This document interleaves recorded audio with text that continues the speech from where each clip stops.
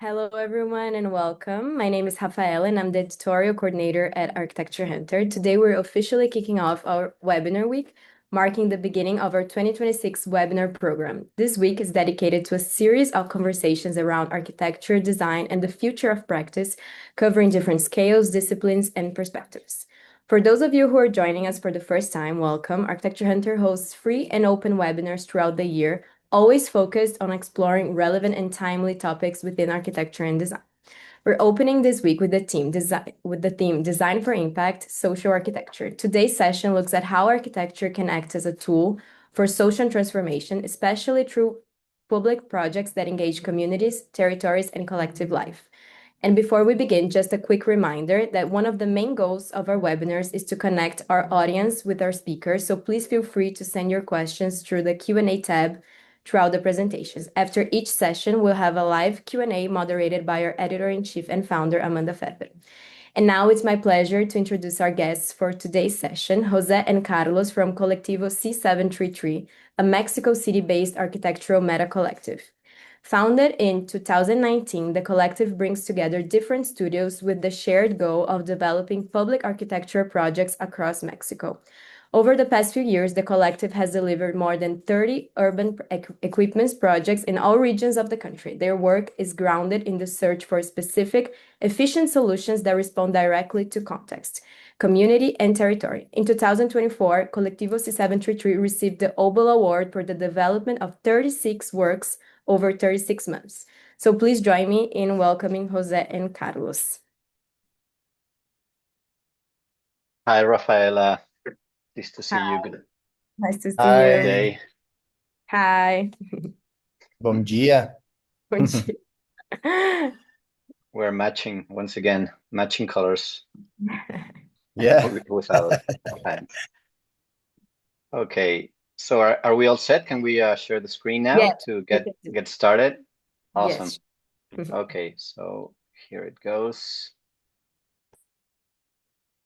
Please let me know when you get to see it. Yes, we can see it now. Excellent. Great. So first of all, thank you, Rafaela, and all the team of Architecture Hunter for inviting us. It was a pleasure for us to meet you in Mexico last year and to establish connection between Colectivo C733 and our offices of architecture with you. We follow the Architecture Hunter project because it has a great outreach and a lot of exposure. So we get to learn about many things happening all around the world through you girls. So thank you very much. So today, Carlos and I will be talking about the work of our beloved Colectivo C733. We are representing our partners, Gabriela Carrillo, Israel Espin, Eric Valdez, Carlos, and I. We are five architects that have different offices, but we decided to come together for a competition to design a public space in Mexico in 2019. That's where all these got started. The five of us are from UNAM University, which is the largest public university probably in Latin America. And we are very proud and honored to be part of this university. We were students, where some of us are teachers, and the competition actually was an open call that came from the National University. It was an open call to design public spaces that could be replicated depending on the typology of the public space in several parts of the country. And we thought it was an amazing opportunity to set on the task of making a design strategy that could help the lack of public space in several parts of our country. This is a picture of one of our favorite places in UNAM. It's Espacio Escultórico. For those of you who haven't been there, I recommend you very much to visit it because for Colectivo represents one of the most or the strongest places in terms of connection between humankind and nature. It's a collective artwork made in the 70s by a number of artists who who decided to make this homage to the lava stone that it's covering all the south region of Mexico, now Mexico City. And it is a very powerful, amazing place. So this connection to UNAM is not only to the university, but to the country itself and to the spirit of collectiveness that we all grew with and that we all believe in. So Colectivo C733 is the communion of these four offices and on all the people that work in them, but also specialists and institutions and other collaborators that have helped in making each project very specific, very site specific, and also very connected to where it is. So today we structured our talk in three sections. First, I will talk about the principles behind Colectivo C733 that apply to many of our projects. And then we'll go in depth into two projects. One is Tapachula Station and the Tapachula experience we had in the southern border of Mexico City. It's a very exciting, very hot spot for migration. It's the entry point to Mexico through Central America in the south. And the second project we will go into is the Bacalar Eco Park. And finally, we will show you a number of images that show all this experience with the social interaction and the social impact our public projects have had.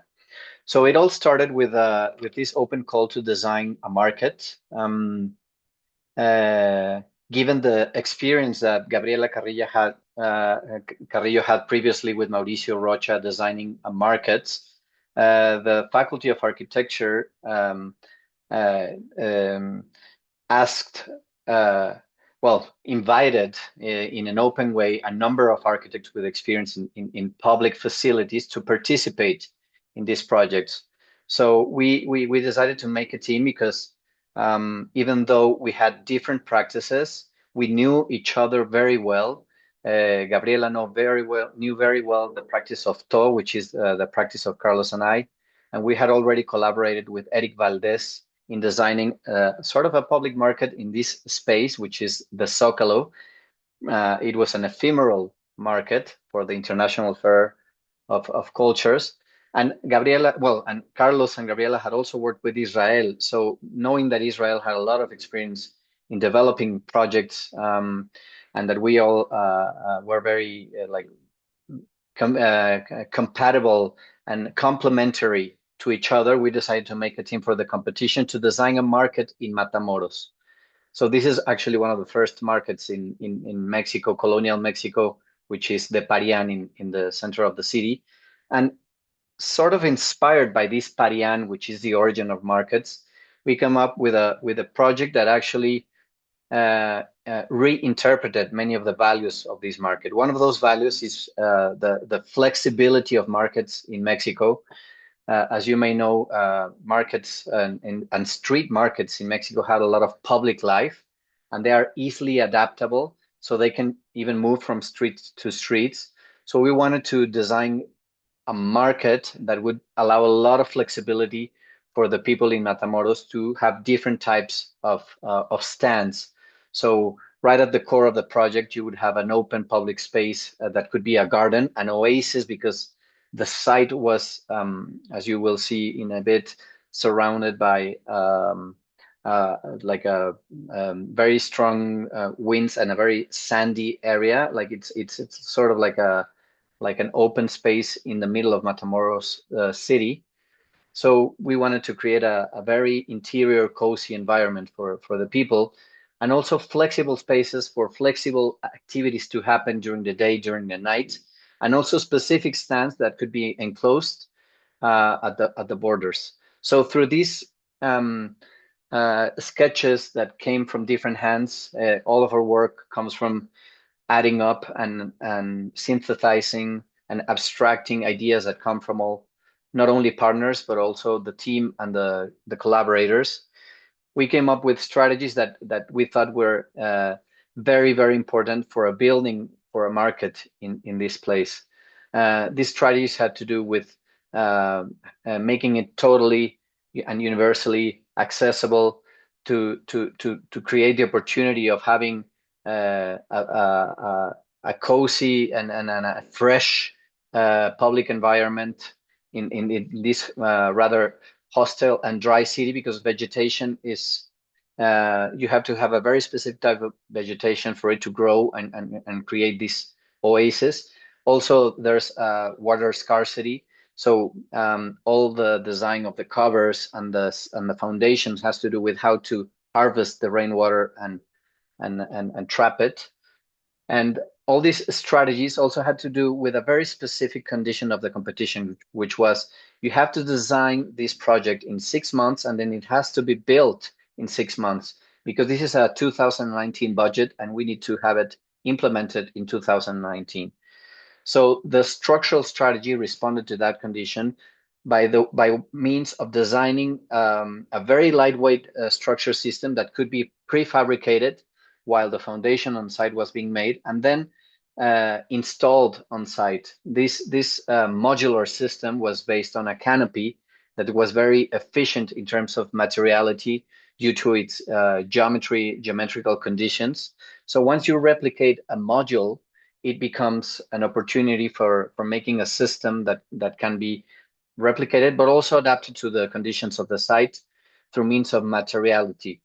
So for each specific project that we have had the chance to develop, every time we come up with new materials and new ingredients to create what you want to create, isolation, thermal isolation, but at the same time, very like excellent covers for rainwater harvesting and construction velocity.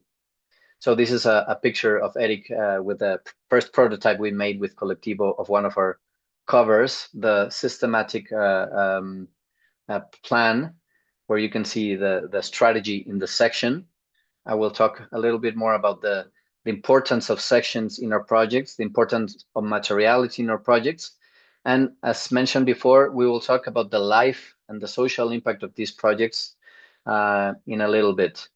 So I will not stick to showing you all the attention to detail that we have always paid in our projects with several construction details in each project. But I want to tell you about this political program. This opportunity we had was due to an urban improvement program by the government, by SEDATU, which is the Ministry of Urban Development and Agricultural Development in Mexico. They wanted to invest in towns that had a lack of infrastructure and that had high rates of migration, violence, and of exposure to natural disasters. So overall, over the last 6 years, we had the chance to work in different parts of the country. I will talk about this southern tip of Mexico, which is Tapachula. But in all these projects, this came as a code. The name of our Colectivo came as the code for the competition that we joined for the first time, which was we were asked to have 1 letter and 3 numbers. So Eric Valdez, in one of the first nights of conceptual design sessions, was reading some words of Eladio Dieste, Uruguayan architect, who said that public architecture should always be efficient, logical and economical, but not in a monetary way, but in a cosmic way. So he dealt a lot. He writes a lot about the philosophy of the cosmic in each culture in Latin America, and we thought that was it was a mix of values that was very important for what we wanted to achieve with our projects. So if you see like now that we have finished this work, we developed over 36 projects in different parts of Mexico, and 1 master plan of a national park, which is not in this sheet. But the main strategies that we worked with in terms of architectural language had to do with working with topography because it is the ground floor that connects people. So you want a very transparent, fluent ground floor, but that also creates program, and also a very lightweight system of geometries that can allow many activities to happen. It's a system that allows for flexibility in public space. So that's why you have always these large canopies behind our work that allow many activities to happen. As said before, this strategy adapts to different materialities in each site. So for instance, in Tapachula, you will see that, okay, it's stuck. 1 second. Oh, there it is. It's a large image. You will see a palette of materials that it's very diverse depending on the local conditions. These are the 36 projects that we actually the projects were developed in 36 months. That's why we call it the 36 by 36. It was a crazy experience in terms of time, but it's only thanks to collectiveness and through organizing and splitting the work together in teams, but always being connected to principles that we could allow ourselves to complete this task. In Tapachula, I will just briefly show two projects. I will not go a lot into them because it's the principles that matter most. But as many parts of Latin America, these public spaces are surrounded by lack of public infrastructure. So in this case, the market of Tapachula had already an existing informal market. So we interviewed ourselves before designing the market with the representatives of this commercial community. And we learned that there were different types of owners and of stands and programmatic conditions that would allow for a project that needed to be necessarily flexible, so that you could connect different stands and also allow for different groupings to happen. So we started to working with them with colors and schemes until we came up with this design that they all agreed and signed. Through this, and we always place the importance of creating public space that only doesn't work as a market, but as a public plaza, as a square, as a garden. Also, the program has a chapel and other programmatic ingredients that allow for interaction to happen. So once again, the section was the leitmotif of this project. But as opposed to Matamoros, here we wanted, as Tapachula has a lot of humidity and vegetation, to have interior gardens and a lot of cross ventilation. So inspired by these structures of bamboo, and also because there's a lot of and strong bamboo tradition in Tapachula, we designed the ceilings and the divisions with this material, also to create a working production condition within the community, combined with this lightweight steel structure and a very flexible system of columns that could allow for many typologies of organization of markets to happen. The rainwater harvesting was also very important to have a total independence from the grid of water. So in the end, you can see this result. Once again, you'll see the way the market is now occupied in a little bit. This is one example of the way how buildings certainly come to life with people in them and with all the programmatic things that happen. Very quickly now, the second project in Tapachula is one of the most vivid projects you can actually see today, because it is the recovery of an abandoned railway station that was used as a rubbish place when we arrived, because a hurricane demolished it. So for over 20 years, it was abandoned. So we decided to make a project that could benefit all the NGOs of migration that happen in Tapachula, we had a strong connection with a local advocate for human rights, which is Hans Kapsch. With him, we got to meet a community that was already there rescuing the old abandoned station with theater, art plays, cultural activities. So with them, we made a program um, to think about many places that could host these organizations at the same time as having a cultural space in the heart of Tapachula with many flexible spaces of public space for migrants, like sports activity, cultural activities. So this is the project we submitted for the for Sedatu. This was our proposal of having this large public space that could be very flexible in program, but also that you could feel the wind come through and the vegetation come in and invade the interior spaces. So I will not delve a lot into the specifics, and we'll just carry on with another project in Bacalar. But here you can see the strategy of the ground floor that hosts different scales of programs. But then you have these open porticos or porches with the lightweight structures that also have a lot of flexibility in terms of the way the spaces can be used. Even walls can turn into murals, ceilings that can turn into gardens, etc. So please, Carlos. Perfect. So I will take it from here.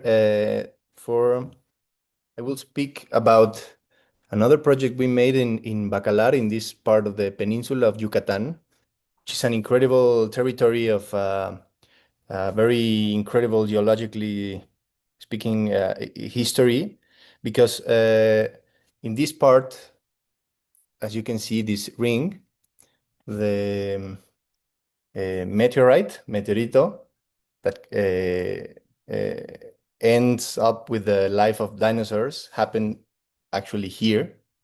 So all this territory is made up of a very rich soil, mineral, it's a karstic soil, and you don't have any mountains, so you don't have rivers, but you have an incredible underground system of rivers and holes fulfilled of water, which is the cenotes. Probably you know the cenotes. And this is all, this used to be the Mayan territory. This is the cenote, which is a hole in the ground, and it is connected with all these underground rivers. It's a very magical, and for the Mayas was an important part of the cosmogony. And all this system ends up in Bacalar Lagoon, and you have a lot of an incredible and unique ecosystem. For instance, you have stromatolites, which is a treasure of the evolution, because they are the first living creatures to colonize the earth, and they seem like a rock, and you have here living stromatolites, 10,000 years old. In many places of the world, you have like fossils, but here they are still alive. So it is a very unique ecosystem, as I said, and we have the privilege to work in this town. And Bacalar Lagoon, as you can see, it's with different colors, and it's like a paradise. But sadly, nowadays, because of the pollution and the tourist and tourism, the water at some point was so dirty and polluted. So we realized that here we developed 5 projects in the town of Bacalar, but we understand that here the important thing was to try to develop a series of projects that deals with the idea of the most important thing, that is to preserve the environment. And for in this case, we realized that the most important thing was to talk with experts in this topic. And so we reached a biologist, Luisa Falcón, and other specialists in hydrologist and landscape architecture. And we realized that, as you can see, the flows of the water, of the polluted water, ends in 3 of our projects. So we decided to generate like sponges of gardens to filter the water and yeah, to contain the polluted water, to clean the water and then throw it clean into the lagoon. Here is the Ecoparque, and I will talk about this project specifically. So when we found the plot, we discovered that they had made this very full path that actually was dividing the flows of water, the flows of the animals, and was like a cut in the middle of the nature. And this was the experience when we arrived. It was a path to reach the lagoon, but damaging the nature. And then, so we decided to explore a little bit in a risky way. Actually, as you can see here, it is we have a crocodile, but we decided to explore the whole plot. But it was the last part of the mangrove of the lagoon in the town of Bacalar, because the whole shore was privatized by hotels, and this was the last part of virgin nature. And as you may know, the mangrove is a very important part of the ecosystem to prevent to conserve the nature and to prevent with hurricanes and so other things. So it is a pity that just that part was the last part. So along with our fellows specialists, we understand that the most important part of this project was to ensure this mangrove very, how do you say, saludable, wealthy? No, wealthy Healthy. is healthy, sí. Yeah. So for us, this was like, how can we preserve, but also to develop not a project, because they asked us to develop a community center here, and we said no, we just can't do that. It is important to make an action, but not a building itself, but an observatory or something that can, in a way, put a frame to preserve, but also to observe. The next one, please. This is the system of tramps of vegetation that helps us to clean the water of the street, and then reestablish the flows of the water and the vegetation and the animals to improve this land.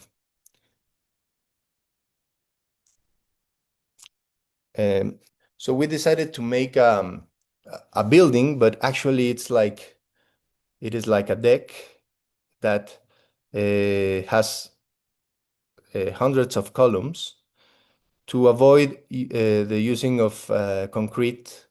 And this is the foundation. I mean, we develop a building that it's supported by hundreds of columns, all made of wood, and that helped you to observe from different points, from the top of the trees to this point that you can dive into the lagoon and see the living creatures without damaging them. So we decided to make this infinite circuit of a square, 200 meters each side, and always using different heights. So it is tilted one side, so you can like not damaging a single leaf of the mangrove, but observe and protect this plot from different points.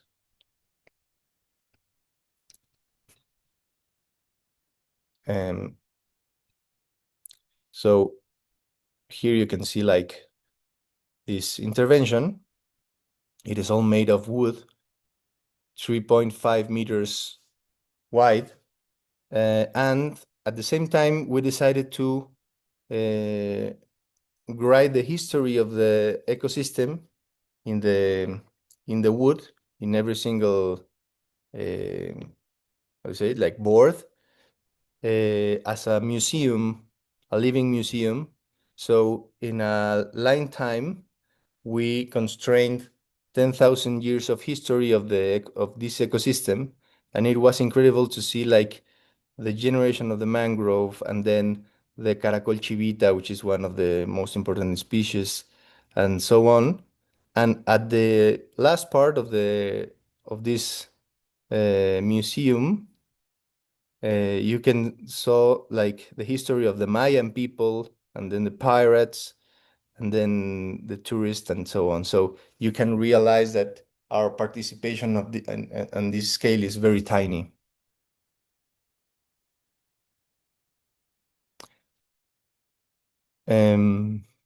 For us, it was like an exercise to developing the minimum, like to understand that in this case we had, like in every, as in the other 36 projects, we had a short period of time to develop and a very constrained budget. So it was like we needed to develop a strong strategy, but with so few resources. So this is the museum I was talking about. And then, yeah, as you can see, it's like the description of the whole system. A floor plan. And it was like also like the opportunity to inhabit the lagoon in different ways. It is almost like a pool.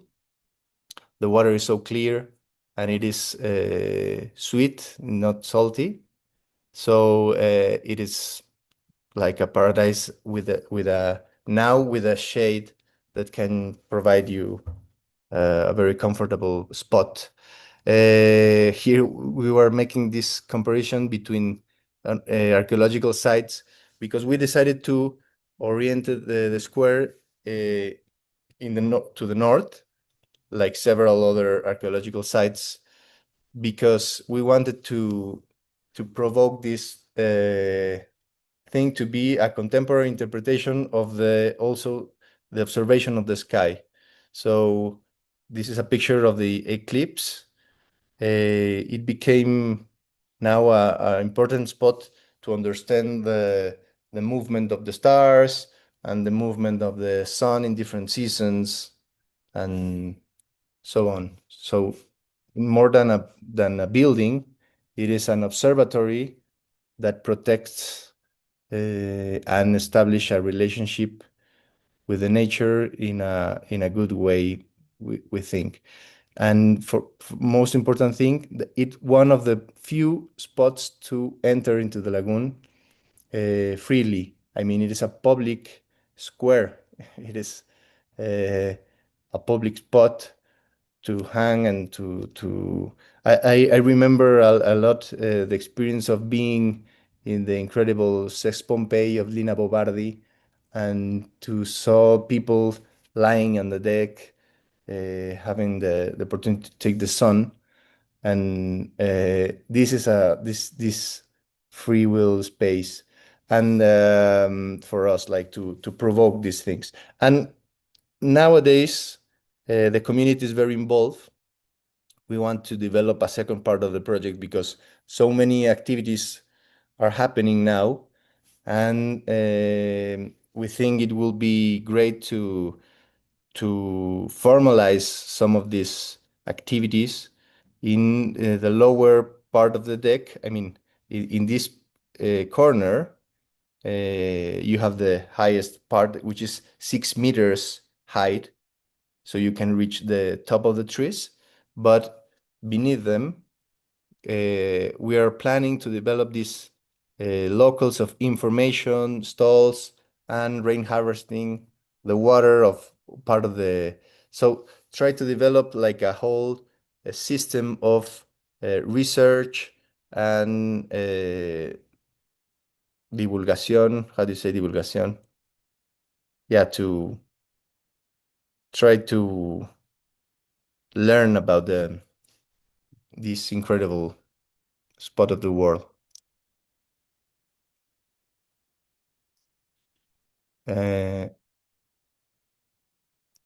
Yeah, so if you have the opportunity to come to the Riviera Maya, which is this peninsula of Yucatan, now it's easier because you have this circuit of train, and Bacalar is almost touching the frontier with Belize, so it's a nice place to visit in your next trip.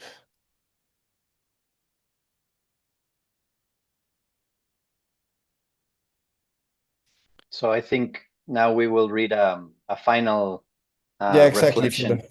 For the final part, we're gonna read a text that Israel Espin, a partner of ours, developed, like to talk about this complexity of the public space. So it's already begin or no? Yes. I think it's the next one. Should be now. Okay, so architecture is one of the few professions that thoroughly deals with a human habitability. This is our main concern. Because of this, architecture has a real capacity to improve people's living conditions in many different ways. By creating shared spaces where public life can unfold, architecture helps strengthen the community ties and, in many cases, repair the social fabric of vulnerable communities. Public spaces can also address safety issues, offering bright, active alternatives to abandoned streets or deteriorated squares. And they help comfort social inequality by bringing together people from very different backgrounds in the same place, encouraging interaction, dialogue, and collective agreements for the common good. When working in public space, the role of the architect shifts. It moves from an individual design process to a collective one, focused on the needs of community. In our case, this means understanding the complex living conditions of people with different realities, needs, and desires, and always placing the public interest first.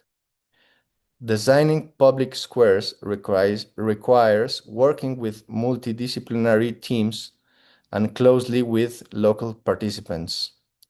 The architect listens, gathers knowledge from other disciplines, from the community, and for the specific context, and translates all this into architectural solutions. Architects working on social spaces needs empathy and openness to listen and learn, but also strong leadership to sustain a clear and powerful architectural vision. In this case, this architect's role evolves and overlaps with many others. The different architectural projects developed by the Colectivo C733 can be understood as a single ongoing project. They are guided by the same design strategies and respond to similar challenges. Often, we work with very short design and construction timeframes and with very limited budgets. For this reason, we usually propose open, flexible public spaces that allows free access and multiple uses. It is essential for us that people can use these spaces whenever they want and in the ways they choose. This freedom encourages local communities to truly appropriate and care for these places. Our strategies are always based on common sense and on a deep sensitivity to cultural, ecological, and historical context. We prioritize natural light and ventilation, and we work with local and natural materials using contemporary ways. Through these approaches, we create habitable topographies, open and adaptable spaces, light yet resilient roofs, efficient modular structures, and above all, spaces that offer dignity to everyone who uses them. Thank you very much. Thank you very much. Hi, Jose. Hi, Carlos. Hi, Amanda. Hi, Amanda. Hi. Nice to see So you. good to see you. Yeah, so good to see you again. And thank Yes. you for this amazing presentation. We are always so happy to hear you guys. You are so inspiring, and the work that Colectivo does is amazing and must be shared. So thank you so much for this presentation. Thank you. No, Thanks thank to you. you for It's the our invitation. pleasure to see you again and to share more, even if it's through digital means. Yeah. Yeah, by the way, before we start the official Q&A, we have a question. Someone just was wondering if this meeting will be recorded. And actually, yes, all of our webinars are available on our YouTube channel after the live session. So you can rewatch it and, I don't know, like maybe get some information that you couldn't, that you missed. But let's move to the first question. We have here someone from Sahadid Architects, Mattia Badiani. He asks, hey, thanks a lot for the presentation. I was wondering how much, considering the modular and economical character of your projects, if you have thought about implementing any level of procedural workflow or tool to help streamline or speed up the process, like Grasshopper, BIM in particular. Do you think these tools could be implemented more in the future of the Colectivo and also of your individual studios? Well, I think our experience has been very analogical and handmade, sort of. It's also due to it's a very organic process, designing with communities, because many changes happen to the project throughout the construction even. So, for instance, we've had cases in which we had to totally change certain strategies during the construction because a new social voice arises saying, hey, you need to please put this into consideration. So then we talk to Sedatu and certain adaptations are made. So a lot of these agreements happen in a very like local way. We always try to have like a person from our team in on site to work on these sort of like conditions. Of course, this is not saying that we would be close to using like other digital means to work with, particularly due to the modularity of the design, because modularity is a tool that allows you to grow or reduce depending on the flexibility of the program that arises in each place, right? I don't know, Carlos, if you want to complement. Yeah, probably to say that for sure. I mean, we love to use the tools and to be like up to date.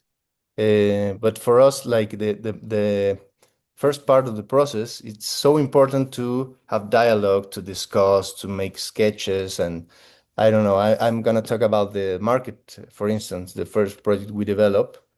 We just had 2 weeks to develop the whole project, or I mean the competition at the beginning, and then for developing the executive project, we just had 3 months, and the condition was to develop a project that needs to be built in 3 months. So it was like a crazy condition of time. So, but we spent the almost like the 80% of the first 2 weeks for the competition, like making sketches, gathering to dinner and with wine and mezcal to talk about the project and the public spaces and like the whole things that we were like very commit and emotional in a way, moved, and uh, and then it was like all set. I mean, after that 80% of the time, like spending dialoguing, making these drawings, this strategy, this thinking about this structure and the modularity and the construction process and so on, then we had just like, I don't know, 30% or well, 20% of time to develop the final boards for the competition, no? And I think that was the process on in general, and for us was very important as well to rely on the talent of our team, because we had an expanded team of young people that are very committed with the architecture itself, but the public architecture, and with the new technologies and media to develop several options. Since we had a short amount of time, uh, it became so yeah, like again important to have, I don't know, for one day to the other different options. And I mean, for us, the participation of different parts of the team, like developing drawings, but technical ones and renderings, and nowadays with the IA, no, how do you say EI, AI. artificial intelligence. Yeah. I mean, we need to use that tools. It's our days, and but first, I think we need to think a lot and to establish that comprehension before. Yeah. Yeah, no, last year when Rafaela and I spent some time in Mexico, we realized how much the Mexican practice is very manual and how this actually keep the authenticity of your work. And we admire this a lot, especially also being South America and Brazil more specifically. So I understand what you're saying. Well, let's move for the next question. So Cedric Delbecq, I don't know if I'm pronouncing correctly, but he has a question. Thank you very much for a lovely webinar, beautiful projects. I wonder how you find a balance between listening to different locals with different interests and how we as architects translate that to design. Well, I think it's we always talked about how dealing with public space, you have to deal with friction and different opinions and interaction of many forces like happening within. So with that into consideration, of course, you always have to pay attention to those voices that you believe that are pushing more through the general wellness of community, both environmental and social. So something that has helped a lot, for instance, in Tapachula, was this dialogue and previous connection with one person from the community that was very well sort of connected or aware of the importance of providing space for these organizations, because it is always through a strong local voice that will remain there after you're gone as architect, because as architects sometimes you have like a limited span of time to work with a project, to be there, and then when it goes on, it is in the hands of the local community to bring life to it. So if you have the chance of establishing connection with these strategic people beforehand, and then it allows for like a good spark to happen, and then many things can evolve from that can be positive. So in Tapachula, I believe that even though there were some issues with the local governments and political, in the end, due to this connection one-to-one with people, and that they believed in the project, then nowadays the project is like fully occupied and alive. Whereas in other conditions, when you don't have that due to, like, I don't know, time constrictions, it is difficult for it to make a click, you know? That doesn't happen with private commissions, of course. Yeah, yeah. I can imagine like it's very different working with public projects and private projects. And well, there's another question here. Let me see. Okay, there's a very good question here. So happy from Muskan Gupta. So happy to come across your work. Love the way that ecological aspect is part of the social architecture. The public square and the buildings as community builders are ideas we seek time and again in India as well. The question is, when working with the end users, how do you navigate through the ambitions of the people involved to reach a grounded solution that you believe would work for them?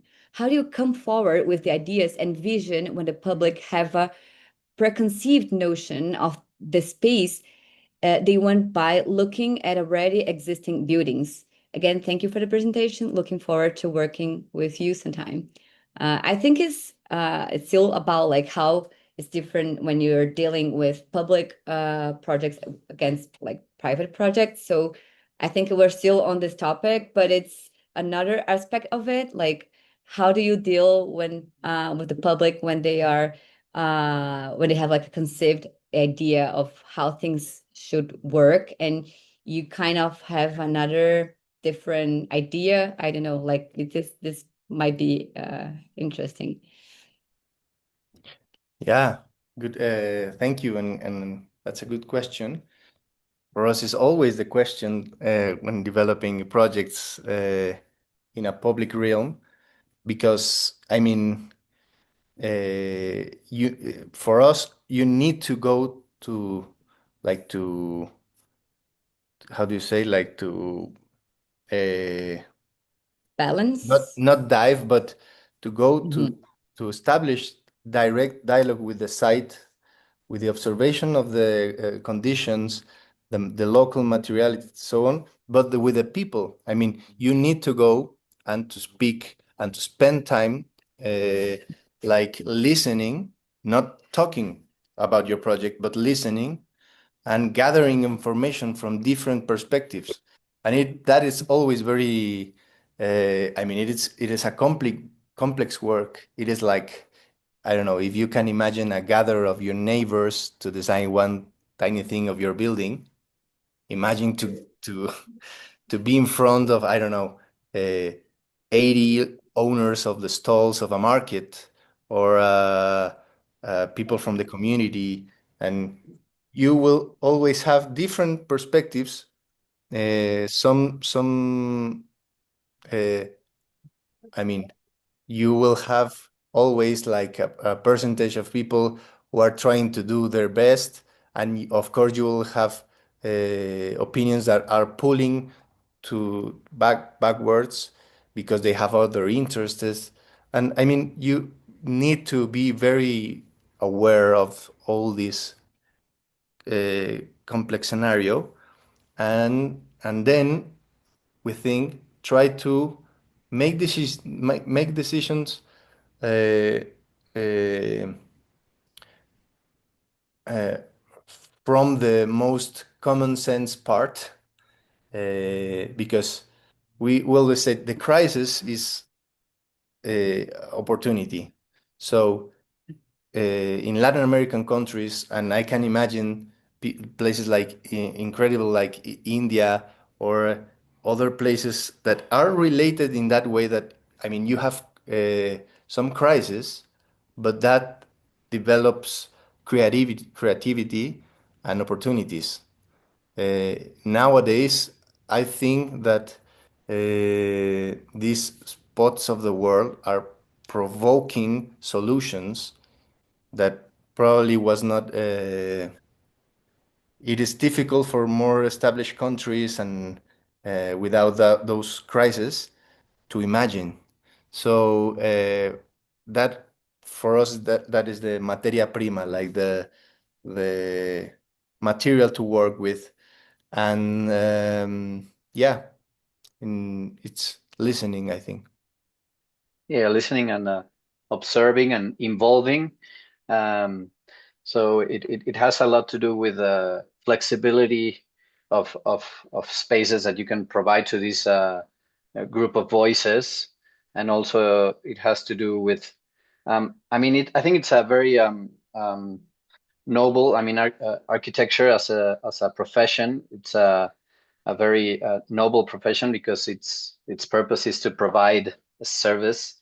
So in a way, if you compare what they had before, or like, there's a lot of room for opportunity to create better spaces for people in many of these places. So just providing a shade, just providing a canopy that is also made with the materials that they are used to work with, of course, combined with some other technological solutions, which also they can learn from or criticize if you want, but it will create an impact that creates a transformation, a change, but with a continuity of some other things. Um, I think it'll lead to what architecture wants, which is to provide opportunity for, I don't know, a community to have a music class which they didn't have before, or a space for an NGO that they didn't have before. Um, it's just providing a room, so it's just very noble, you know. Yeah, I totally agree. And I think that like maybe like the challenge is to really involve the public, like the people, right? Because even if they have an idea at first, like when they feel they are involved, that they're listened, they also listen back, right? So I think this is very tricky when working with so many people, but it's Yeah, important. it And is a just chain let of me, listening. yeah, Yeah. just Yeah, let me add something that we had zero maintenance. So if you don't have, well, not zero, but one maintain. If you don't have that involvement of the community, the building it goes down. So when you Mhm. have that engagement, the building can live in those poor conditions of maintenance. Mhm. Uh, I think we still have some time for some questions. Well, here we have Aisha Izaki. And the questions, I really appreciate how your presentation highlighted alternatives that go beyond the usual commercial playbook. Do you see these niche approaches remaining complementary to mainstream solutions, or do you expect any of them to redefine the standard over the next few years? Um, well, for us, every single project is an incredible opportunity to establish some dialogue with the essential part of us that we think that architecture unfolds this idea of a language to know each other and to know the world, and of course to establish a dialogue with others to improve our world. So for us, the project doesn't have scales in that sense because For us, it's important to develop the design of a chair or a public square in the same with the same importance. So speaking of typology, we always understand that it is a process to understand our world and ourselves, and in that sense, yeah, we're always open to different kind of typologies. We have developed pavilions, houses, public space, and of different sites.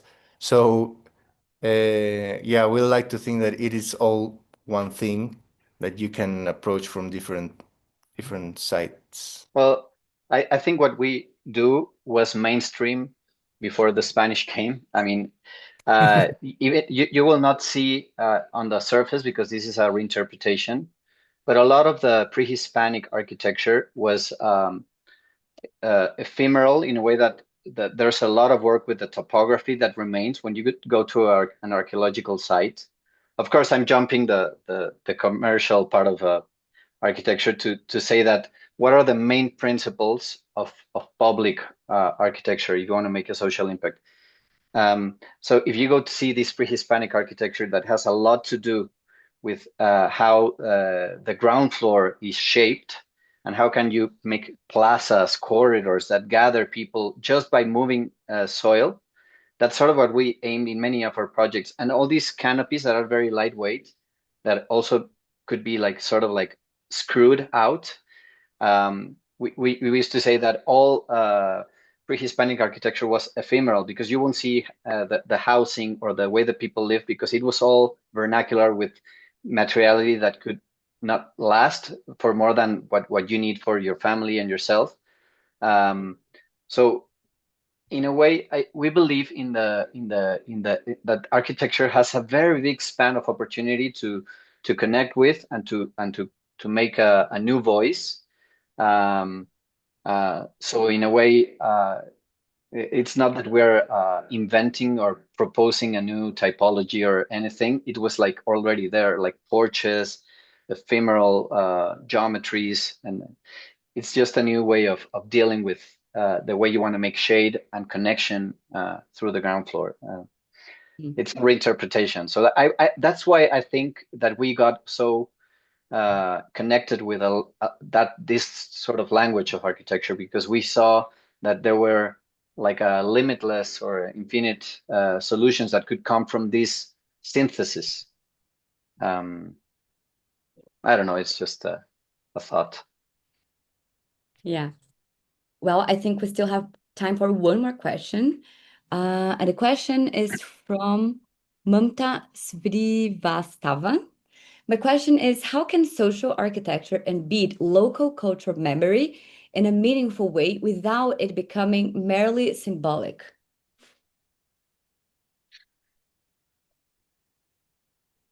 Okay. I don't know if I get it right. Okay, yeah. How can you make architecture to be truly connected to a culture and a place and not just by means of symbols or ideas? So I think it's once again it has to be very grounded in a way that for instance the Ecoparque in Bacalar we didn't expect this appropriation from the people that much, but I believe the fact that well, one, public architecture is free for everyone, so that's a wonderful thing. Two is I don't know, public architecture allows for public reunions to happen in ways you probably don't expect.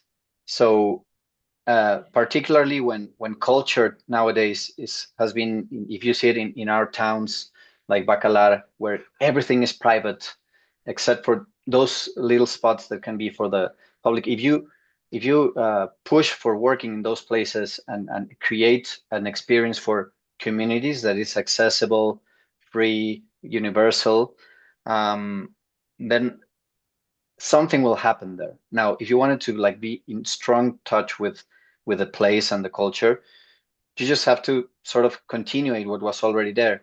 Something Carlos didn't mention was that this sort of planks put in docks, like in decks, is the only solution that was already there. If you see the pictures of Bacalar, all there is that relates the soil with the lagoon is these planks that people do in their homes with wood, because it's the only thing that won't affect the water and the plugs. So just replicating something that was already there to create a new opportunity to see the lagoon from within or the trees from the top. It's already like like I would say an example of what we believe can work towards your question. Like, I don't know. Yeah. Yeah, Mhm. and I mean it is always a balance between the memory of a place and I mean we sometimes are very nostalgic and try to pull the history of a site and the condition of the society there. But then you need to establish a balance, and you just can't be so nostalgic that don't understand that everything is always moving, no? The society Mhm. itself, the cosmogony of the people. So, in that sense, you need to provide as well flexibility, and your spaces need to be very flexible or flexible enough to understand that everything is always moving.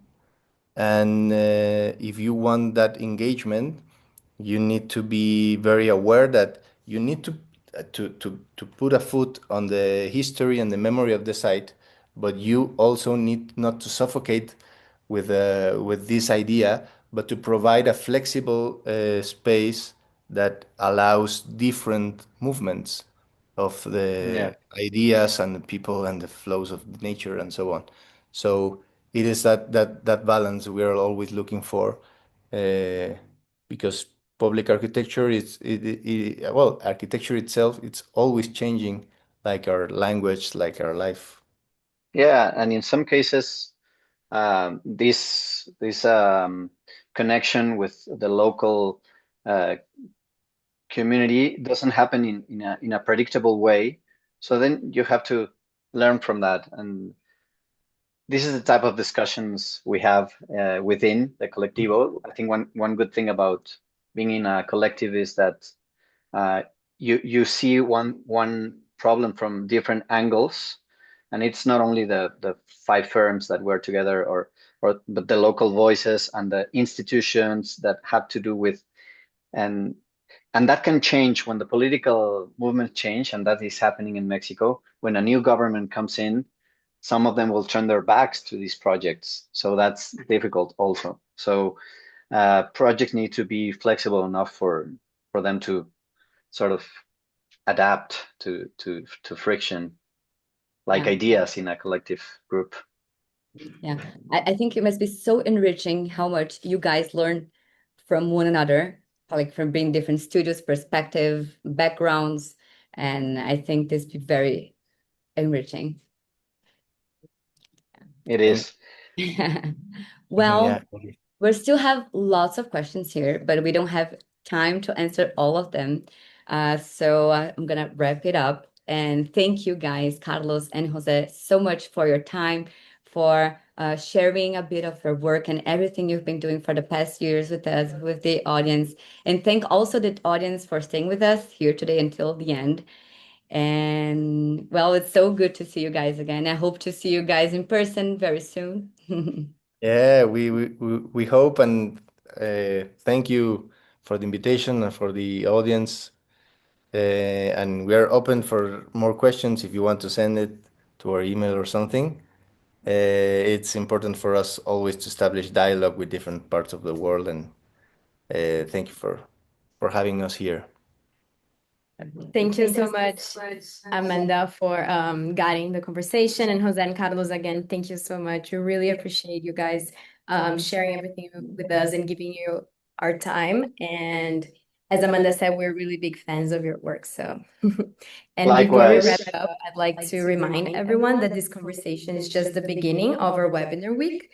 And tomorrow, we'll continue with innovations in construction, exploring new technologies, materials, and computational approaches with Lapo Naldoni. He's an engineer and computational designer at Mario Cucinella Architects, and Elora Hardy. She's the founder and creative director of Ibuku.